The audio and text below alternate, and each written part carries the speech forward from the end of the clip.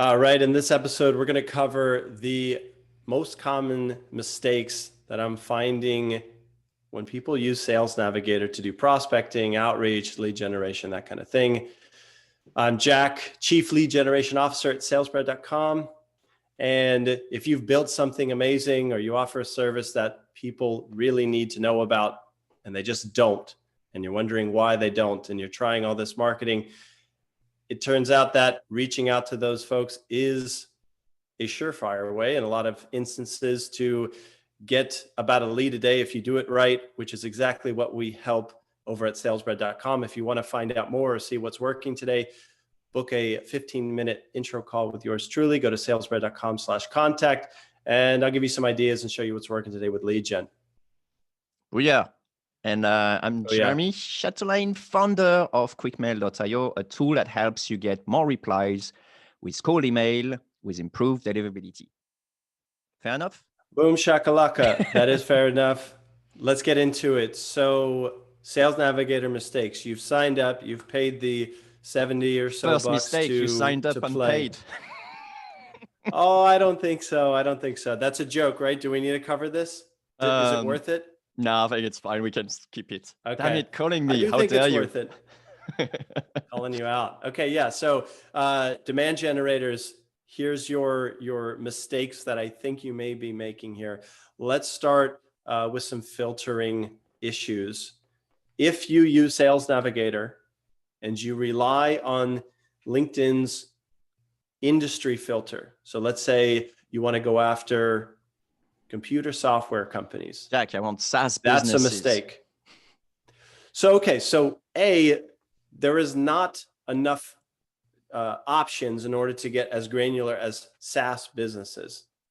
You can choose computer software, you can choose internet, you can choose information technology and services, but you may have to use a third-party resource in order to start with a list of companies to target.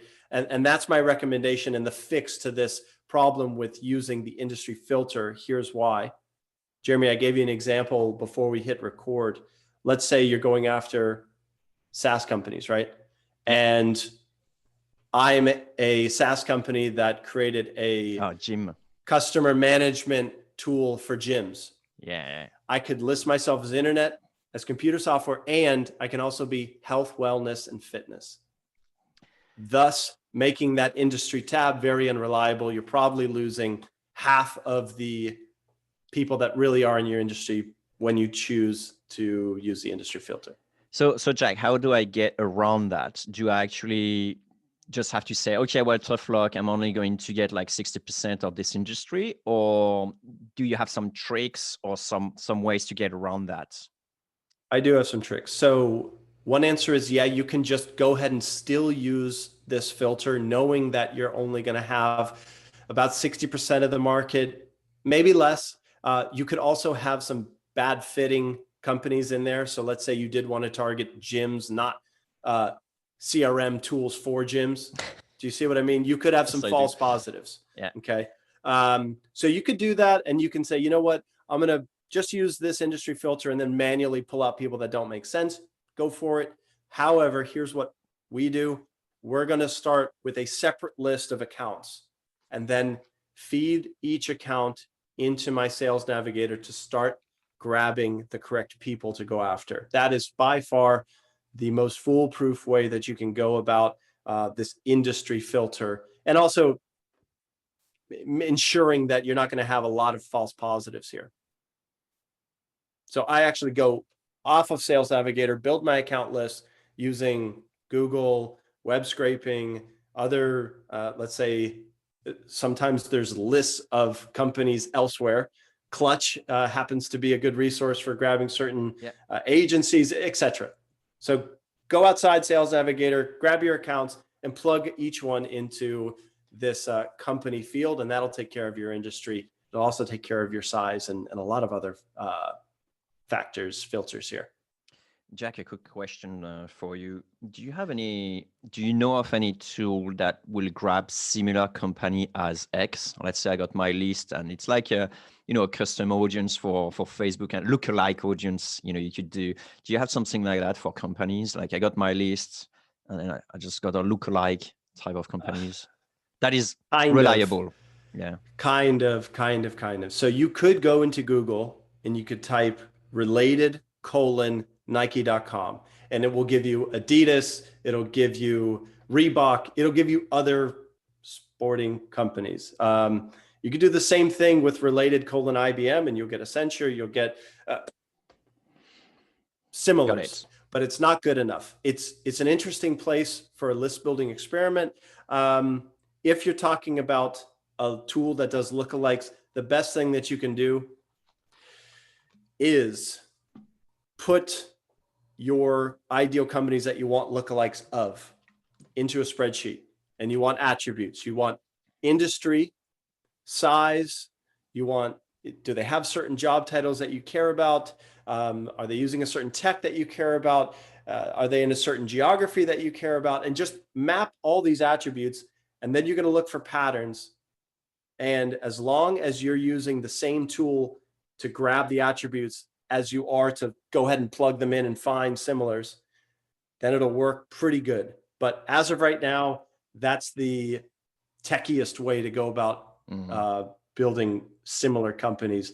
And I've talked with some machine learning folks about this exact problem, and the brick wall that they're facing is it's generally hard to get enough data points in order to inform that guest list. Hey, quick question on that note.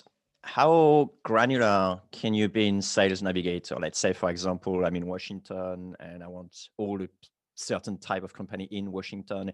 Is that possible? Or because sometimes I see on LinkedIn that sometimes people have different title at some for different locations. Some are region, some are states, some are countries.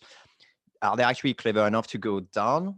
Like if someone put like United States, but you're actually searching for Washington, is that going to be embedded into it, or how's that going to work? No, you can get, actually I really like the geography filters. I don't like a lot of other filters, but geography has done a good job. You can search for a specific state, city, country, or even a list of zip codes. So I'll say, yeah, they're going to take care of you when it comes to geography with, in my experience, very few false positives.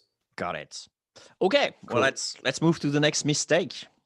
The next mistake is using the seniority filters. So here's a pop quiz for you, Jeremy. According to LinkedIn Sales Navigator, which role is higher up in a company? Senior, manager? I'd say senior.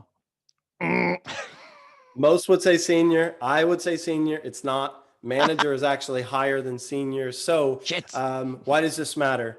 Be really careful. LinkedIn has, like, what if you remember when you created your profile, they don't actually ask you to put yourself in a role of seniority. They're going to take your job title and use some really brilliant algorithm to sort you afterwards. You can't self-select a seniority level. Otherwise, you may have interns that are putting themselves at C-level. But this has a drawback for two reasons. One, you might not know that LinkedIn has a different hierarchy than you would imagine, like senior and manager, but also they get it wrong sometimes. So to run a test, you can type in Chief Human Resources Officer and then sort by manager, and you're going to have a bunch of people still come up. Sort by VP level, you'll have even more people show up.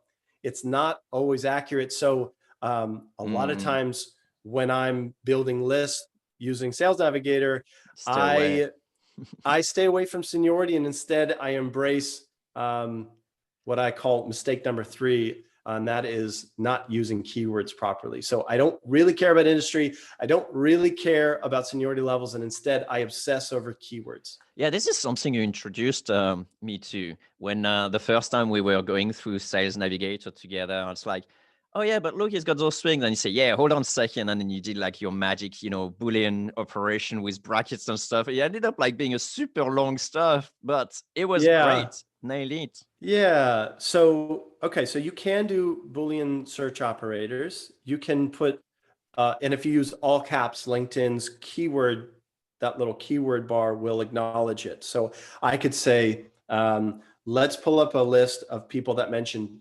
quote, demand gen, capital O, capital R, or demand generation. And then you can put those in brackets and then put not in all caps. This is really helpful. I think the most underused feature of Sales Navigator is this negative keyword. So you can either put it in that top search bar that says keyword, you can put all caps NOT, and then whatever you want to avoid. So you may put not consultant, not freelancer, not advisor, not board, not everything that still shows up but is really a bad fit for your business. So a couple of pointers here. Go into the job title area and you can just type in a word like consultant, press enter. It'll think that you're going to be targeting that word. But if you hover your mouse over, there's like a do not sign. You click that button, it'll turn red and it'll become a negative keyword. And I add tons of negative keywords like board, like student, professor, like professor of marketing. You may be searching for marketing people, and a professor of marketing would technically match that criteria. So I've got like 50 negative keywords that I'm uploading for most searches, and I encourage people to do more of this. The last tip I have in this section, when you think you've added enough negative keywords, Jeremy, go to the last page of results and read through all of those people.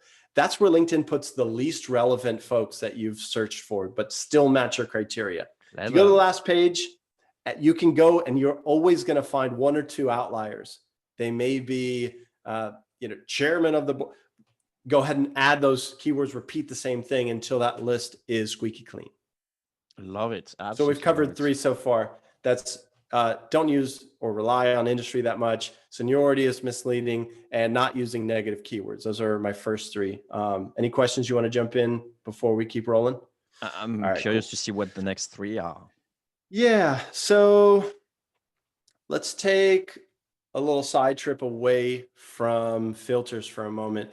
A lot of people buy Sales Navigator and get really excited at those 60 included InMail credits. And they're like, great, I'm going to do this outreach and I'm going to crush it. Let's do this. And I think that's a mistake. Jeremy, do you have any experience with InMail? Yeah, I can actually say a small quick story. One of my my support person, she's called Ellen. She's absolutely awesome. She's stunning. I really love her. And she decided like proactively to start reaching out other people in the industry to just ask like, hey, how do you improve customer support? And so she even went to buy a trial of LinkedIn Navigator so she could send InMail.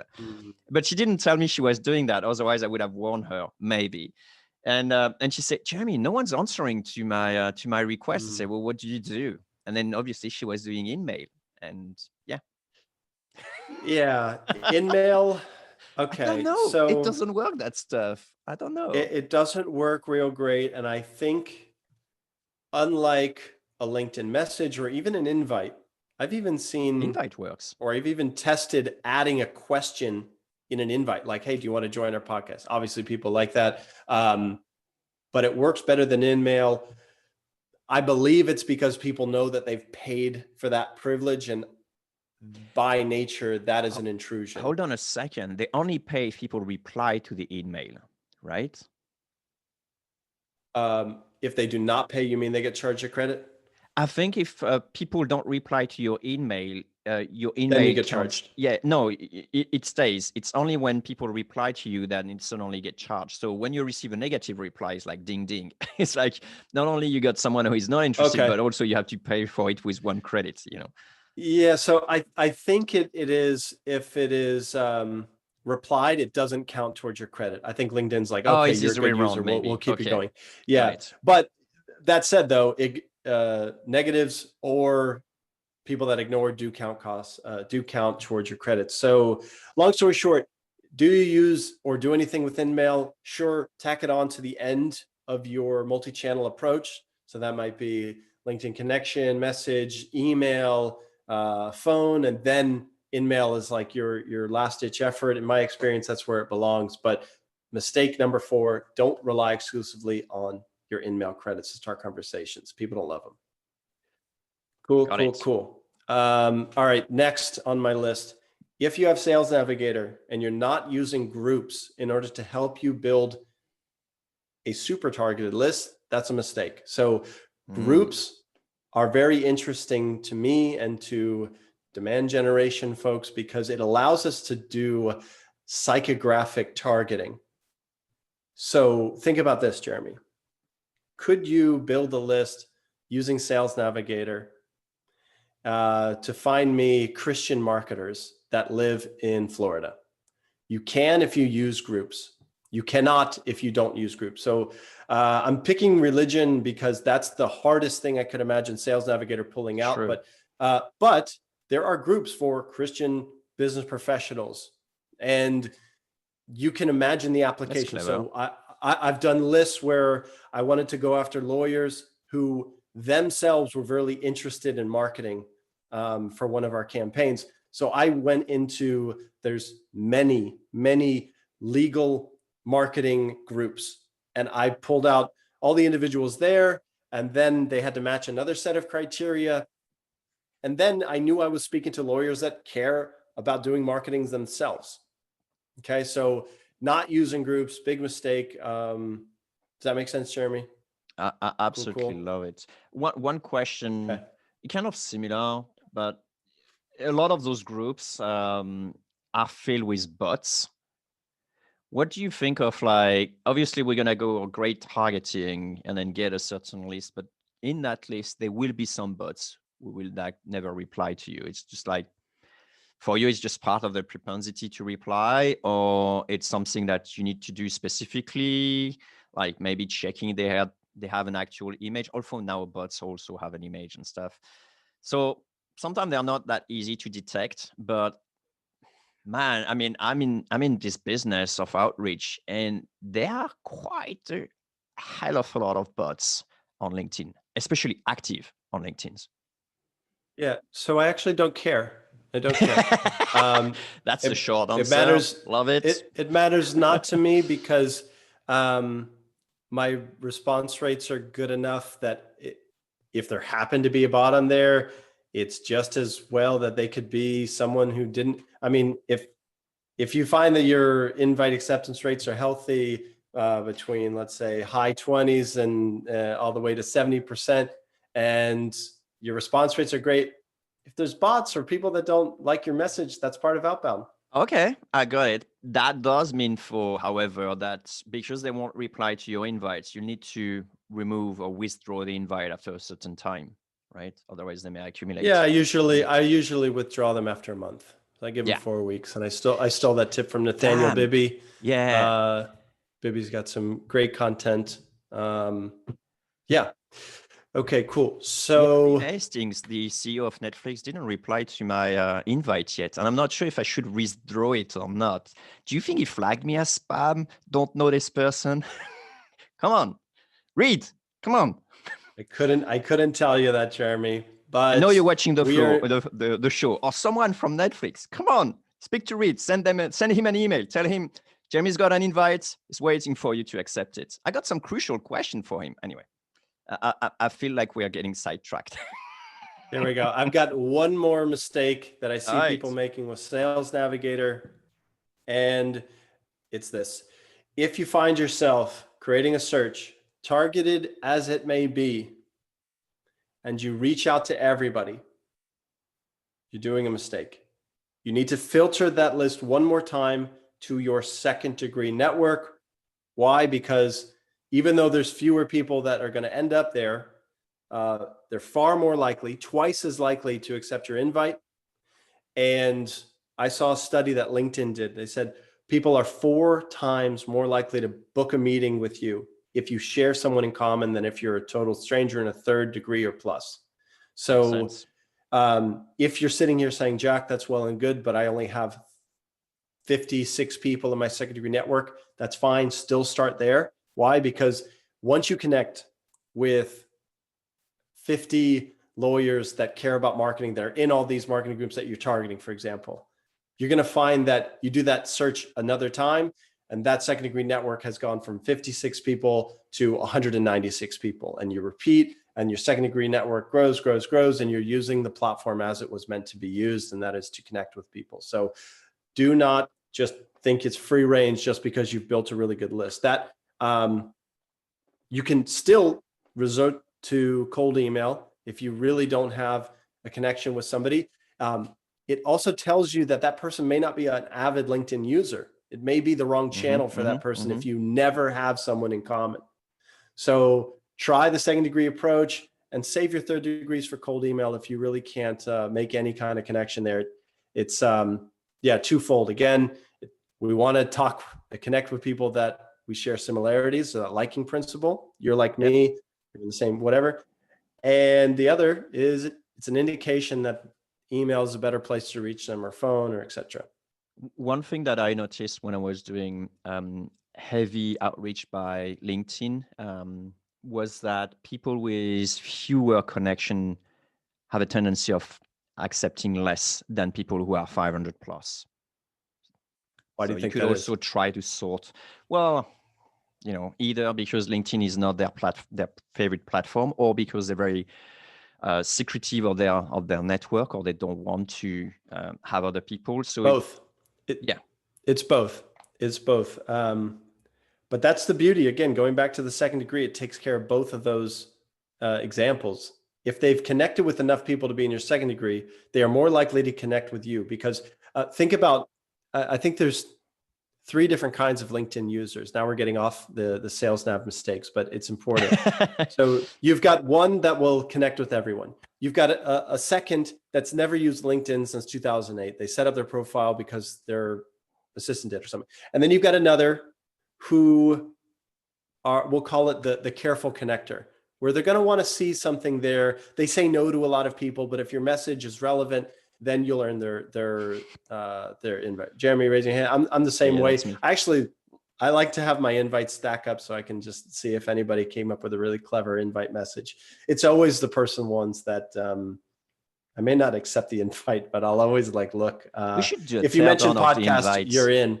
Yeah, exactly. We should do a teardown of the invites we're receiving, but that will be for another cast, right? For now, let me do a recap on my 6 Sales Navigator mistakes that you might be using. Number 1, relying on that industry filter. 2, ditto for seniority filter. 3, not using negative keywords as you should be. 4, relying on InMails exclusively. 5, not using groups. And 6, not using that second degree in order to get better lists from your Sales Nav searches. Booyah. Well, you heard it from the man himself. Thank you, Jeremy. So next steps, if you really, really like this kind of stuff, you can do one of 2 things. Jeremy and I put out a course on cold email outreach that you may be into. Details are at course.quickmail.io. Yep. And if you think what I said was spot on and could help your company, and we should really talk because this is the kind of problem you're trying to solve right now, salesbread.com/contact is for you. Jeremy, take us out. What about the third one? Just do it yourself and use QuickMail. Come on, Jack. That's not a call to action. Listen. Well, okay. Here's a call to action. Well. If you got problems with deliverability, you have to use auto warmer because it's free. Yep. There you go. All right, drop mic. Well said, and it works. So and it works. That's true. I got data to prove it. So great cast. Check that out. Great cast. Thank you. Thanks, Jack. Awesome. Bye. Bye.